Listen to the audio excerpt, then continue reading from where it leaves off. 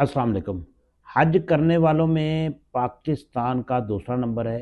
उम्रा करने वालों में से पाकिस्तान का पहला नंबर है, जबकि ईमानदारी में पाकिस्तान का 160वां नंबर है। और पाकिस्तान के ईमानदार लोग 170 यूनिट को 500 यूनिट लिखने वाला ईमानदार मीटर रीडर है। 700 रुपये किलो वाला गोश्त 1200 रुपये किलो हड्डियां मिलाकर देने वाला ईमानदार कसाई। खालिस गुनहगार मुलजिम को पैसे लेकर बरी कर देने वाला इंसाफ पसंद SHO। घर में बैठकर हाजिरी लगवाकर मुफ्त की तनख्वाह लेने वाला मुस्तकबिल का मामार हमारा उस्ताद। 1200 रुपये वाली किताबें 5000 में देने वाला ईमानदार प्राइवेट स्कूल का उस्ताद। कम नाप तोल करके दूसरों का हक कम करके पूरा पैसा लेने वाला दुकानदार। मामूली सी रकम के लिए सच को झूठ और झूठ को सच साबित करने वाला ईमानदार वकील। अफसर के लिए रिश्वत लेकर जाने वाला मामूली चपड़ासी।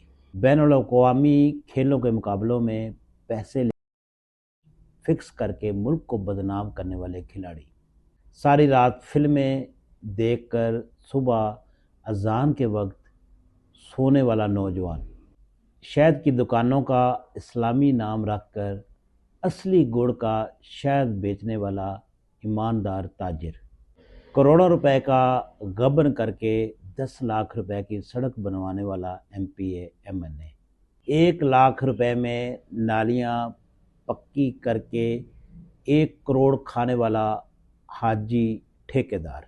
किसान को मामूली कर्जा देकर उससे 2 गुना फसल खरीदने वाला वो जाबर सूदखोर आड़ती। हिसाब किताब में कमी बेशी करके गरीबों की जायदाद अपने बेटे के नाम करने वाला हरामखोर पटवारी।